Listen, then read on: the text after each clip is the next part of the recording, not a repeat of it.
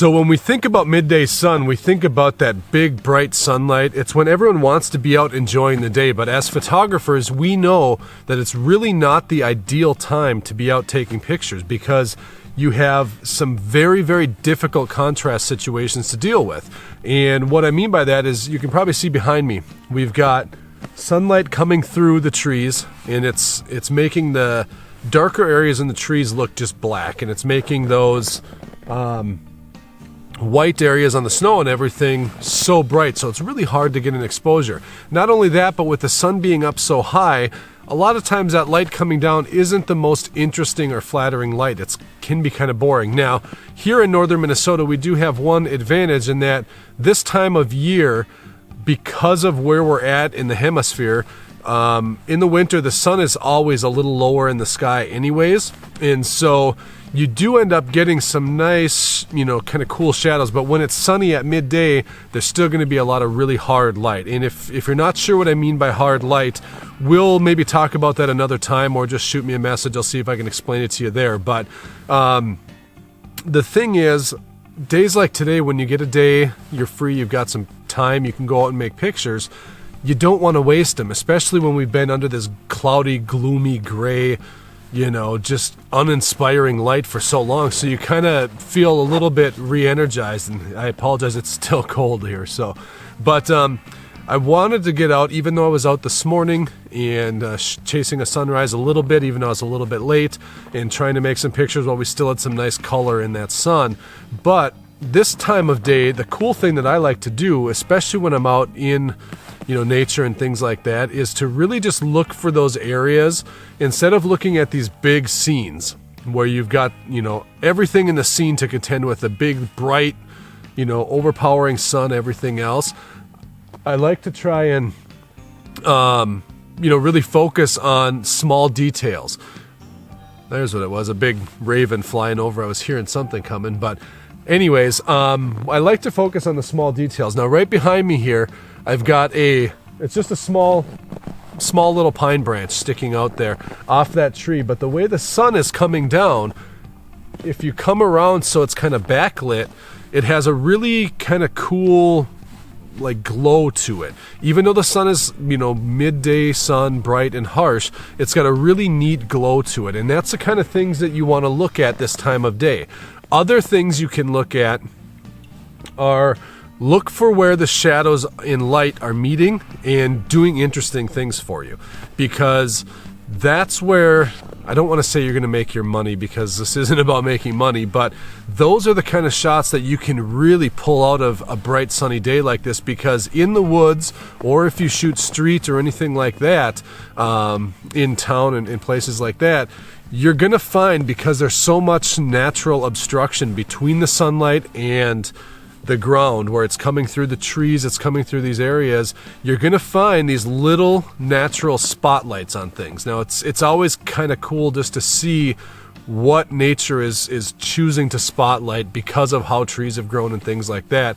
And you usually find some interesting stuff. I know in the fall, I had talked about it way back when I first started doing these, before I had planned on really doing a YouTube channel or anything else, and I had shown you guys some of exactly what I'm talking about, where the light comes skipping through the trees, hits the ground, and it'll highlight little areas and things like that. And one cool thing in the fall is that you'll find areas like that where you might see the sunlight streaming through the tree branches, everything else, and by the time it makes its way to the ground, all you're going to see is just maybe a small little mushroom, or a certain pattern of leaves or something like that that's just highlighted just right. And it really can make an interesting little composition if you take the time to get down and look for them. It does require a little bit of a change in thought, because for most of us, when we're out looking at a landscape, we're going to kind of keep our eyes at this level, whether we're sitting in a car or we're walking and you're looking around. We don't always look up, and we don't always look to the ground, but it's something I've worked very hard to kind of tell myself and train myself that I need to do, is that you always want to be looking around. I know right up here, I keep looking behind the camera. The sun is coming over these trees behind me, and there's some shadow because of the pines right here. That shadow is casting down on the bottom. but you've got these white popples with their bare branches right now kind of snaking up into this clear blue sky. There's not a cloud up there. And it's one of those really kind of neat contrasty type scenes where with the white, there is a little bit of a warmth to the light. It still has a little bit of that golden glow, not much, but that's because, like I said, the sun this time of year stays lower in the horizon as it passes through the day. But you've got the white on the branches, almost a silverish look, and the branches are stretching up, reaching out into this blue sky of blue emptiness, and it's really kind of a neat scene. And so I think I'm going to try and get a photograph of that, and I'll show that, final image if it turns out here in the video. Now, the one problem with scenes like that, when you have a real light and dark contrast, sometimes your camera can have a little trouble, and it wants to do just the way the light hits the sensor and the contrast, it can introduce some of what's called chromatic aberration. It's where you get this kind of sometimes purple, sometimes green, little bit of a fringe around the branches in this case. Could be a candidate where you run into something like that, but you can fix that in post, and it's something that can be handled. So don't ever let that stop you from making a picture. So I'm going to shoot that, and I'm going to show you what that looks like, because it's really kind of a neat scene. Now, looking at a composition on there, I know you can't see it right now, and I'll spin the camera around in a minute, but we've got 4 trees in a group right here. And we've got another bunch over here that's got 3, 4 coming up, but 3 dominant ones.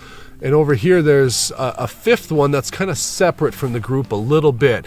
And I'm going to look at that and figure out which one I like best. And I'm kind of leaning towards this one over here with the 3, because it's kind of one of these, I hate saying rules of photography, because there are so many rules and there's no way to constantly be thinking of all of them. The idea is just to, practice them and get to know them, and until you start seeing things from a design element on what's going to look good arranged in your frame. But a lot of times visually, for whatever reason, I don't know the science behind it, but when you see things in odd numbers on a scene, 3, 5 instead of 2 and 4, etc., it adds a little bit of a visual interest, a visual tension that can sometimes help keep the viewer's eye in that scene. So I think that's the one I'm going to go with. And there are a couple others in the slight background and near there that are kind of snaking around in that same area. So you're going to see other things, and there's one skinny pine tree that I'm going to try and avoid because there's no branches except for just a little tuft on the very top. But we'll shoot that 3. I might shoot this one with a 4, because that's the one that I keep looking at too, because it's just kind of a neat symmetrical looking image. But I'm going to shoot that. The other image I was looking at was, like I said, I wanted to get this backlight on this small pine branch right behind me. So I'm going to grab a few images. We'll show you a few examples at the end, but I just want to leave you guys with the thought that, remember, just because it's not the ideal lighting conditions for landscape photography or anything else, never ever let that deter you from getting out and putting that camera to your eye, because there's always something interesting to find, always something beautiful to photograph. And it's just a matter of, you have to kind of change your approach, change your game a little bit, because this time of day, it's pretty rare that with a big clear blue sky, not a cloud in the sky, nothing else, it's just blue, and the hard high sunlight, that you're going to find a big scenic landscape that's going to have that visual pop that you want. You might get a nice scene, but it's just that sun, without having that really nice light to complement that scene, sometimes those images are going to leave you feeling a little bit unsatisfied. So in situations like that, like I said, remember to look to the ground, look above you, look all around, and just watch for where light is hitting and doing interesting things. And remember that shadow in an image is equally as important as the light. So don't be afraid to play around with shadows forming neat textures and different things like that. So you guys take care. I'm gonna go grab a couple pictures that I can show you at the end of this, and enjoy the rest of my afternoon. We're gonna head out and visit with my parents for a little bit, and relax there, and hopefully get out this evening and do a little shooting and possibly some more video work around sunset. So we'll see what happens there. But you guys have a great rest of your day, I guess. It's weekend for me. I'm stockpiling these a little bit ahead of time, so a little behind the scenes curtain pull there. But and I will talk to you tomorrow.